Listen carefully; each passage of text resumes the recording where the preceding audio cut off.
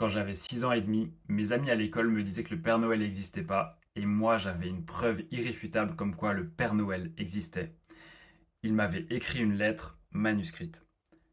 Et ça, en fait, c'est le meilleur exemple dans ma vie, je pense, en tout cas auquel j'ai réfléchi, du biais de confirmation. Le biais de confirmation, c'est le fait d'avoir une théorie préétablie et de rechercher et de croire uniquement les informations qui vont prouver cette théorie.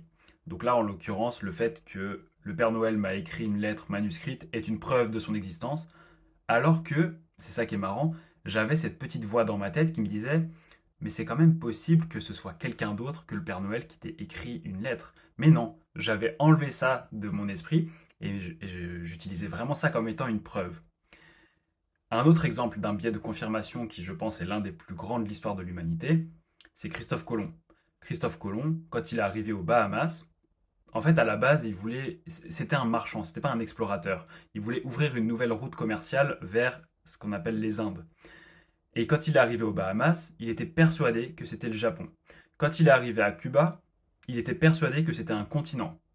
Alors que les étoiles lui disaient le contraire, alors qu'on lui disait qu'il s'était peut-être trompé dans ses calculs parce qu'il pensait que la circonférence de la Terre faisait 30 000 km alors qu'en vrai elle en fait 40 000.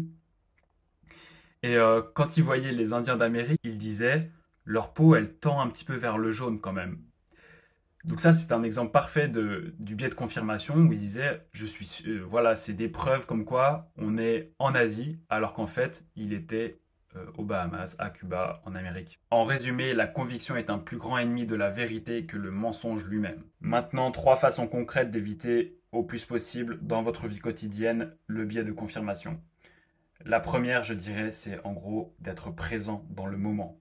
Ça veut dire quoi? Ça veut dire augmenter les forces de ton esprit conscient versus ton esprit inconscient. Et l'esprit inconscient, c'est quoi? C'est par exemple, c'est scroller machinalement sur Instagram ou sur YouTube ou peu importe.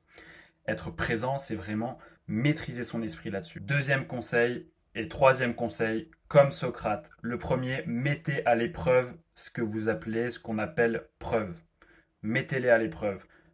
Soumettez-les à vraiment un processus analytique de votre propre jugement. Votre subjectivité, elle peut s'approcher de la vérité davantage que la subjectivité d'autres personnes qu'on va vous dire à vous.